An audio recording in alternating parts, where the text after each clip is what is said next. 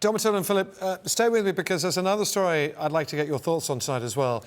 Pressure's growing on Vladimir Putin tonight, isn't it? After it emerged an American journalist who was arrested on highly disputed espionage charges in Russia last week hasn't been allowed any contact at all with the outside world yet. Evan Gershkovich is a correspondent for the Wall Street Journal, whose parent company News Corporation also own talkTV. Now, the Wall Street Journal's editor, Emma Tucker, spoke to Times Radio a little earlier today about his predicament. To the best of our knowledge, he's in a prison, a notoriously ugly prison, or unpleasant prison in Moscow.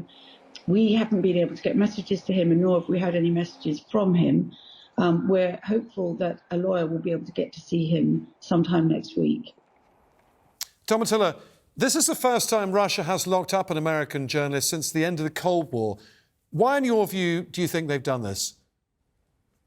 Very difficult to know. I mean, what immediately comes to mind is, a sort of retaliation, because Russians are losing a lot of their sort of network spies in the West, since this war started in February 2022, sort of for the second time.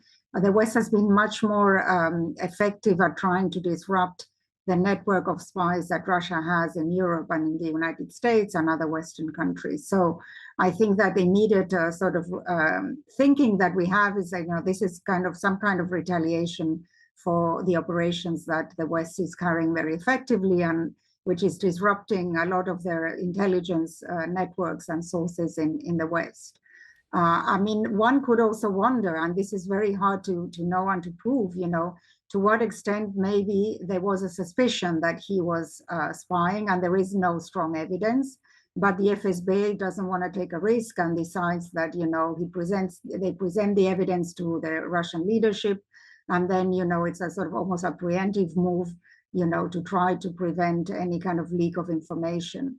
Right. And I think this is something that we should not exclude. I mean, it's another probability. I can't tell you what is happening inside the Kremlin, but, I mean, it is possible that they have suspicion and they just, sort of very assertively. All right, Philip, let me come to you, because there is also speculation tonight that this might well have something to do with Finland officially joining NATO. That takes place tomorrow. That infuriates the Kremlin.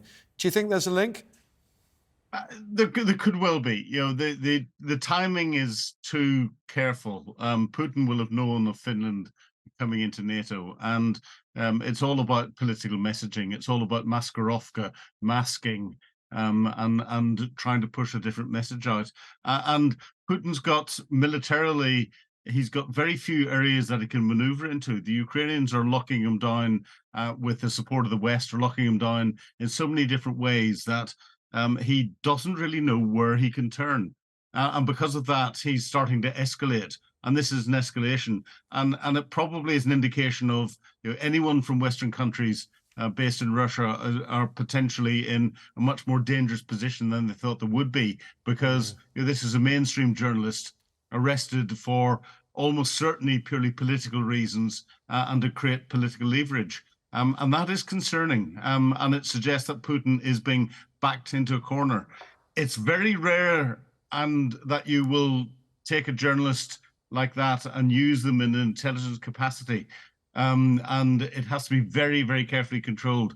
I have in the past in sorts of things, but this is so untypical and unusual that there's no way that he could be considered an intelligence agent or a spy in what he's doing.